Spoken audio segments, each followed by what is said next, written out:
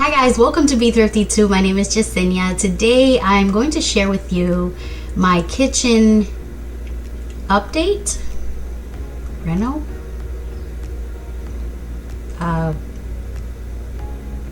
kitchen upgrade.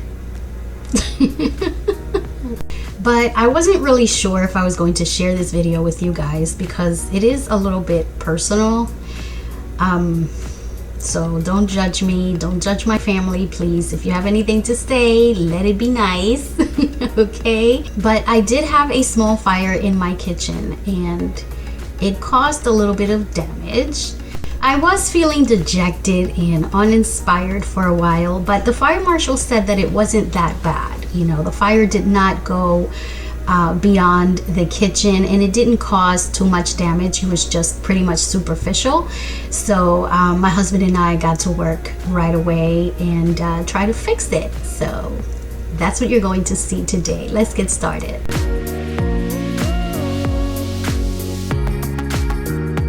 Here's what the kitchen looked like before the fire. And this is what it looked like after the incident. So it looks pretty bad, but I promise you it was in good shape. All we had to do was pretty much sand everything down, which my husband got to work on right away. He sanded down all the cabinets because honestly, it was just in that corner of the kitchen. The rest of the cabinets were not touched by the fire, so they were pretty good, and all we had to do was sand them down.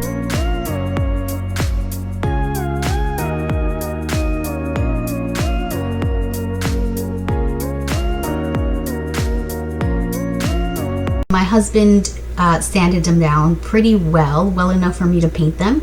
And when I came home that day from work, I just started painting them. I used this deck paint in this very bright white. And I used it because deck paint is supposed to be very strong and it's supposed to withstand lots of weather changes and abuse. We did order new appliances for the kitchen because the stove was destroyed. My husband did have to raise this cabinet up so that we can fit our new over-the-range microwave. But when he did raise the cabinet, we discovered this giant hole on the wall. Oh my goodness. And it even had a bird's nest.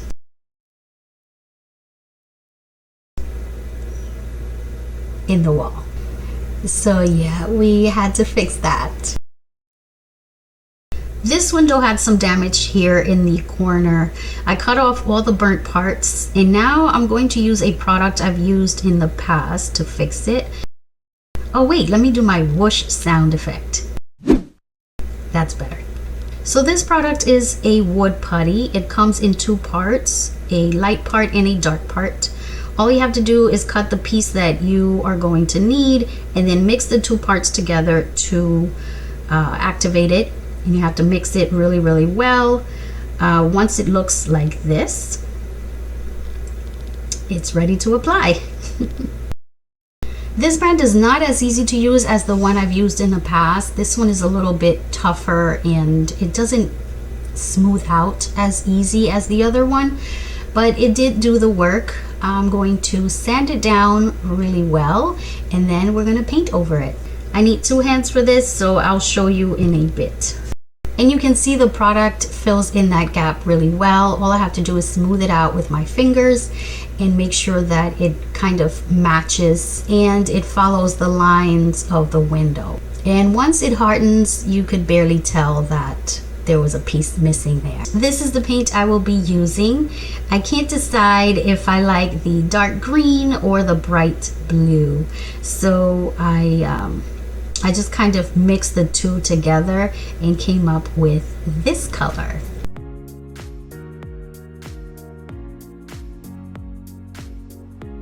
I call it Product of Discontent Green. Let me know if you want to purchase this color. I will contact Benjamin Moore.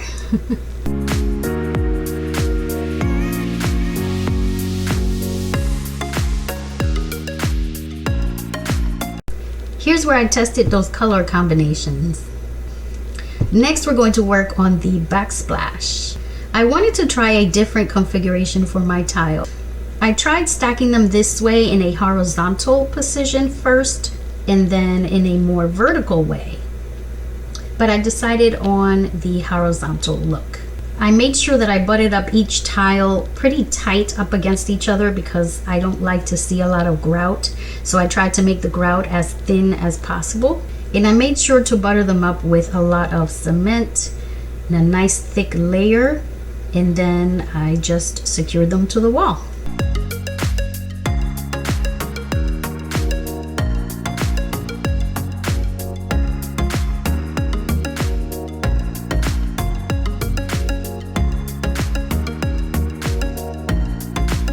And I think I did a pretty good job. Let me know what you guys think.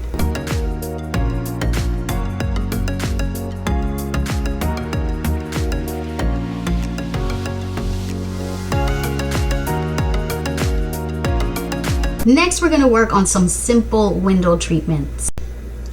I got this fabric from Walmart. I think this pattern will go well with the wall color. We're going to cut it to the size of the window first. I laid the cut fabric on a towel so I don't damage my table. We're going to use an iron-on tape because I hate sewing. I really don't like sewing. We're also going to use a small damp towel, not wet but just damp. Let's measure and cut our tape. To create the hem, just fold the edge of the fabric over the tape and then place your damp towel on top. You want to place the iron on top of the damp towel. Leave it on for 20 seconds. Then you want to move the iron to each section. You don't want to slide the iron. You want to just place it on top of the tape and let it sit for 20 seconds. You want to do all 3 sides first, then do the top hem. You want to make this hem wide enough for your curtain rod to slide in.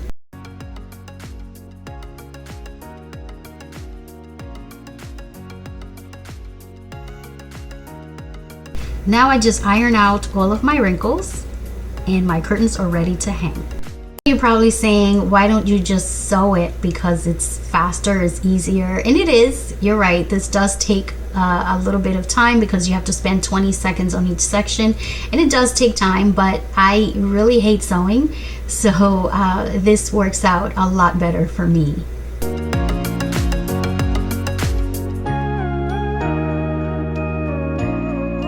I switched out all of the hardware on the cabinets because they look like this, and I switched them to these pretty brushed nickel ones. They look so much better. These light switches also got a makeover. The light fixture was definitely not working for me, so I switched it to this one. It's very simple and I love it. The last thing we did in this kitchen was the flooring. It wasn't terrible, it wasn't bad at all. It was nice flooring and very durable, but it's just the color that I didn't like. This dull gray color was just not working for me, so we switched it up. I wanted something a little bit more exciting for my kitchen, so I really liked these black and white tiles because I like black and white a lot.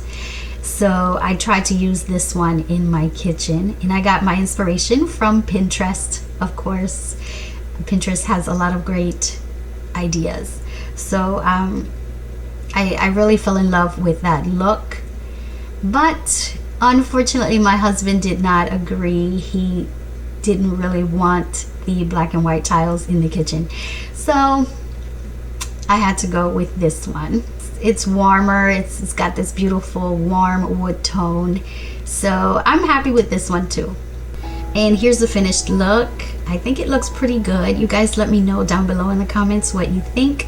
My husband and I worked really hard on this kitchen, so we love it.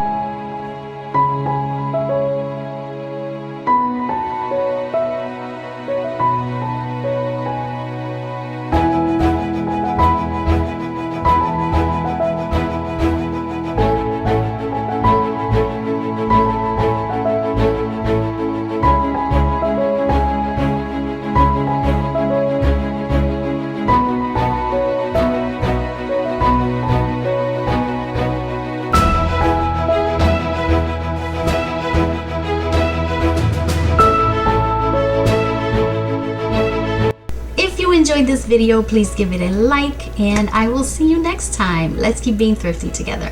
Bye.